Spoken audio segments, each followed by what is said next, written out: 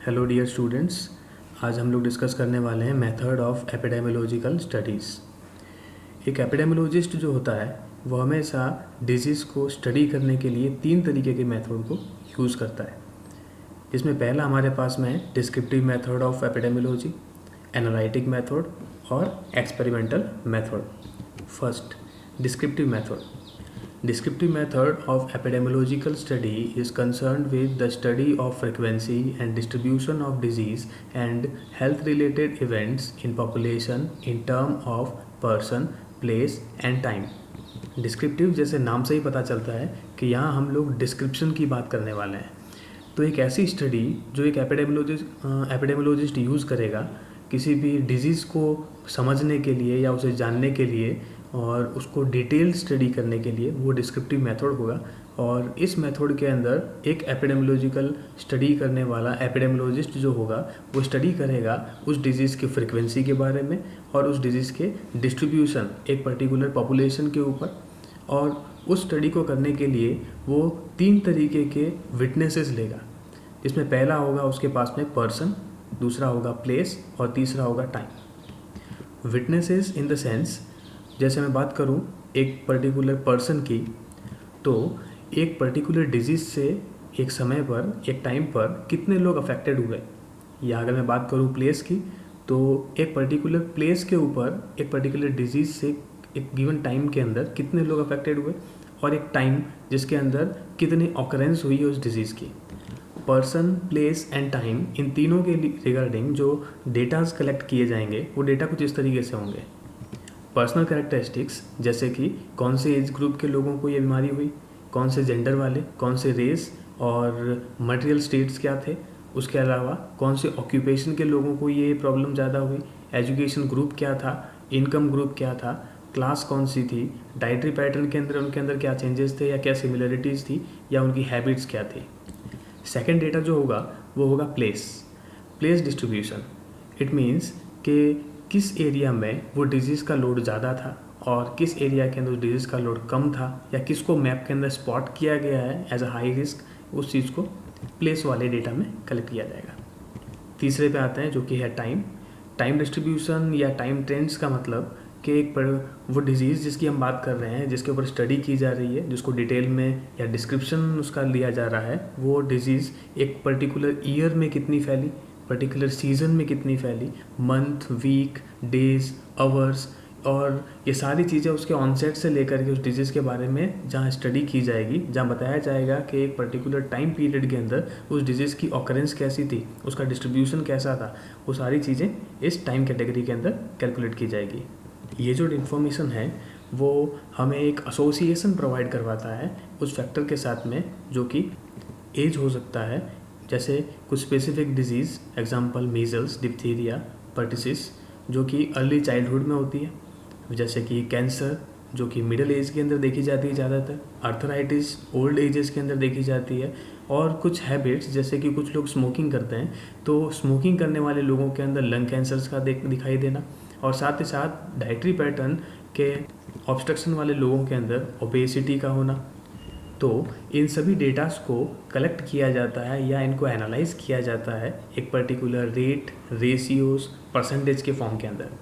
तो ये थी descriptive method of epidemiological studies. अब हम बात करते हैं क्रॉस सेक्शनल स्टडीज़ के लिए। Cross sectional studies, in this design of descriptive method of study, the data is collected from a cross section of population at a one point in a time। जैसा कि नाम से पता चलता है कि ये क्रॉस सेक्शनल स्टडी है। यहाँ पर क्रॉस, इट मीन्स जहाँ पे क्रॉस करवाया जाए और जहाँ पर अलग अलग सेक्शंस होंगे। इट मीन्स कि सेक्शंस के अंदर क्रॉस करा करके जिन स्टडी को किया जाता है वो क्रॉस सेक्शनल स्टडीज़ होती है। एग्जाम्पल, अगर मैं कुछ एज ग्रुप लेता हूँ, मैं इन्फेंसी से लेकर के 2 ईयर तक के बच्चे लेता हूँ एक ग्रुप, उसके बाद में मैं 3 ईयर से लेकर के जो अंडर 5 चिल्ड्रंस की एज 5 ईयर की एज है वहाँ तक के बच्चे लेता हूँ, और टोटलर से जो 5 ईयर एज से लेकर के अडोलसेंट वाली एज ग्रुप लेता हूँ, अडोलसेंट से लेकर के यंग जो एज है, अडल्ट एज जो है उसकी एक ग्रुप लेता हूँ, और अडल्ट से लेकर के ओल्डर पॉपुलेशन वाला जो ग्रुप है, इस तरीके से मैं कुछ ग्रुप्स को लेता हूँ। उन ग्रुप्स के ऊपर एक गिवन टाइम के अंदर पर्टिकुलर कुछ एपिडेमियोलॉजी की स्टडी को परफॉर्म करना, ठीक है। ऐसी स्टडी क्रॉस सेक्शनल स्टडी होती है। हालांकि स्टडी के कुछ बेनिफिट्स हैं और कुछ डिसएडवांटेजेस भी हैं।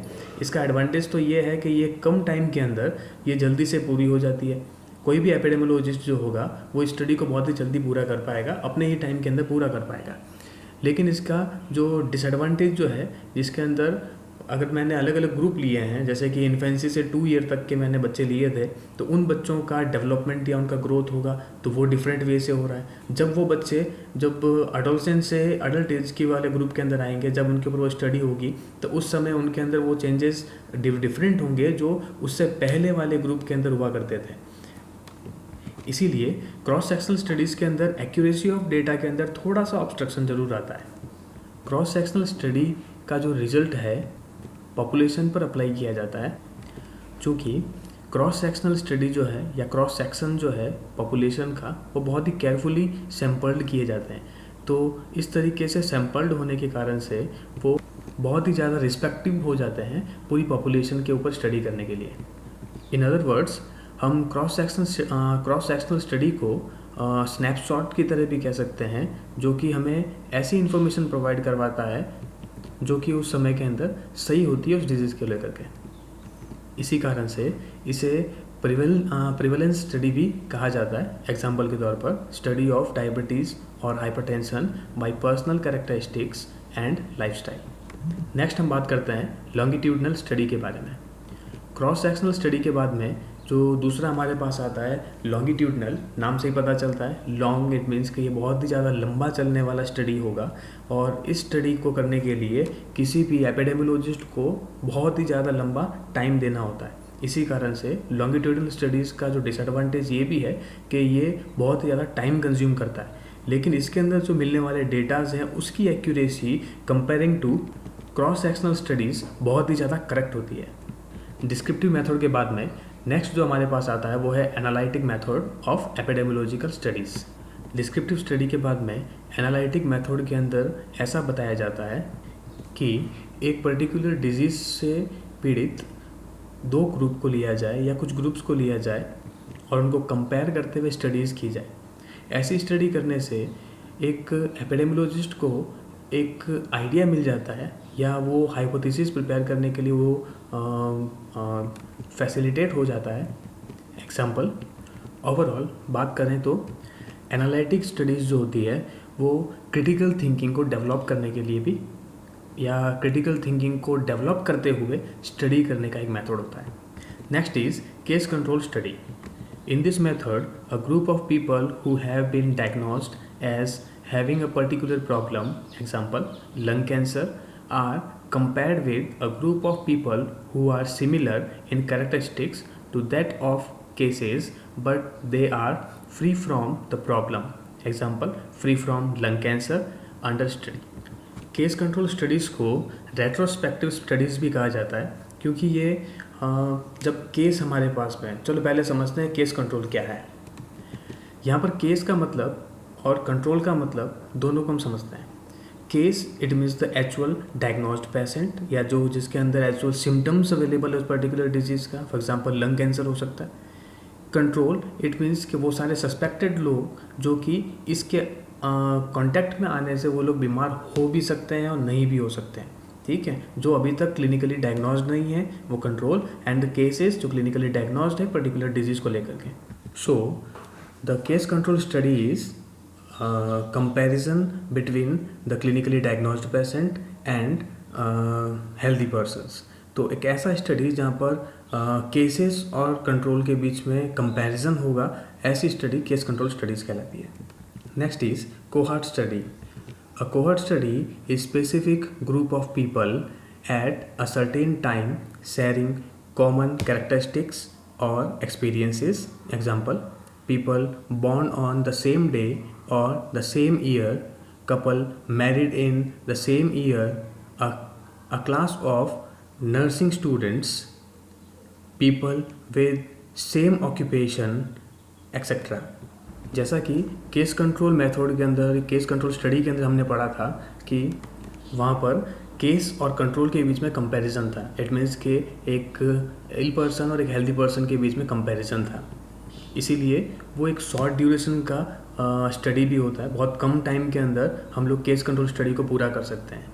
कोहॉर्ट स्टडी के अंदर क्या बता रहा है, एक स्पेसिफिक लोगों का ग्रुप जो है एक फिक्स टाइम ड्यूरेशन के अंदर कुछ कैरेक्टरिस्टिक्स जो होंगे वो कॉमन जो होंगे उनके बीच में वो शेयर किए जाएंगे। जैसे कि कुछ लोग एक ही समय में पैदा हुए हुए होंगे, या एक मैरिड कपल होगा, या कुछ लोगों के अंदर एक साथ में पढ़ाई करने वाले बच्चे होंगे, या फिर कुछ लोग अपनी कुछ चीज़ें आपस में शेयर करते होंगे, जैसे कि ऑक्यूपेशनल प्लेसेस, जैसे कि वर्क प्लेसेस के ऊपर हो, स्पोर्ट्स ग्राउंड के अंदर हो। इस तरीके से एक ग्रुप को वहाँ पे साथ में लिया जाएगा कोहॉर्ट स्टडी के अंदर। और इन्हीं सारी ग्रुप्स के अकॉर्डिंगली कोहॉर्ट स्टडी को अलग अलग नाम से भी स्टडी किए जाते हैं, जैसे कि birth cohort, marriage cohort, experience cohort and occupation cohort, etcetera etcetera. Cohort study को दो अलग अलग टाइप से डिवाइड किया जाता है, जिसके अंदर पहला हमारे पास में है प्रोस्पेक्टिव कोहॉर्ट स्टडी और दूसरा हमारे पास में है retrospective cohort study. Prospective cohort study में क्या होता है, प्रोस्पेक्टिव कोहॉर्ट स्टडी के अंदर एग्जाम्पल, एक कोई पर्सन है जिसको कोई भी डिजीज़ नहीं है, लेकिन वो किसी रिस्क फैक्टर से एक्सपोज्ड हो चुका है, तब एक एपिडेमियोलॉजिस्ट एक स्टडी डेवलप करेगा उसके रिगार्डिंग, जो कि प्रोस्पेक्टिव कोहॉर्ट स्टडी होगी। और आने वाले कुछ समय के अंदर ये देखा जाएगा कि उस एसोसिएशन से या उस कॉन्टेक्ट से उसके अंदर आने वाले चेंजेस किस किस तरीके से दिखाई देते हैं। एग्जाम्पल, पहले एक बच्चा सिगरेट नहीं पिया करता था, लेकिन उसने अभी कुछ रिसेंट टाइम से उसने सिगरेट पीना स्टार्ट किया। अब वो एपिडेमियोलॉजिस्ट उसको किस तरीके से स्टडी करेगा कि आने वाले 10 साल, 20 साल, 30 साल बाद में उसमें लंग कैंसर से रिगार्डिंग कुछ सिम्टम्स डेवलप होते हैं या नहीं होते हैं। ये स्टडी सारी प्रोस्पेक्टिव कोहॉर्ट स्टडी के अंदर की जाएगी। Retrospective cohort study, it means कि हम वापस से पीछे चले जाएंगे।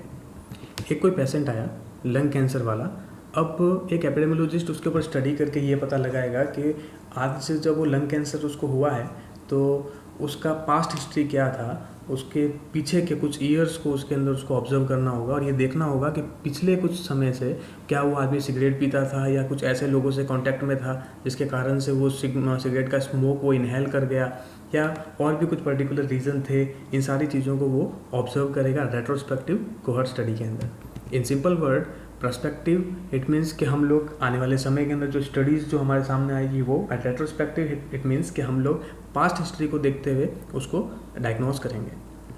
Next is experimental method. Epidemiological studies के अंदर जो तीसरा मेथड हमारे पास में है वो है एक्सपेरिमेंटल स्टडीज़। इसको कोहॉर्ट जो थ्योरी है या कोहॉर्ट स्टडी है उसके कंपैरिजन ही उसको माना जाता है, क्योंकि यहाँ भी उसी तरीके से एक्सपेरिमेंट किया जाता है from the epidemiologist. Experimental studies हमेशा इस तरीके से डिज़ाइन की जाती है कि वो किसी भी डिजीज़ के ईटियोलॉजिकल फैक्टर्स को कंफर्म कर सके या फिर उसके रिगार्डिंग प्रिवेंटिव और थेरेपेटिक मेजर्स को एफिशिएंसी के साथ में स्टेबल कर सके और साथ ही साथ एवेल्युएट कर सके हेल्थ सर्विसेज को।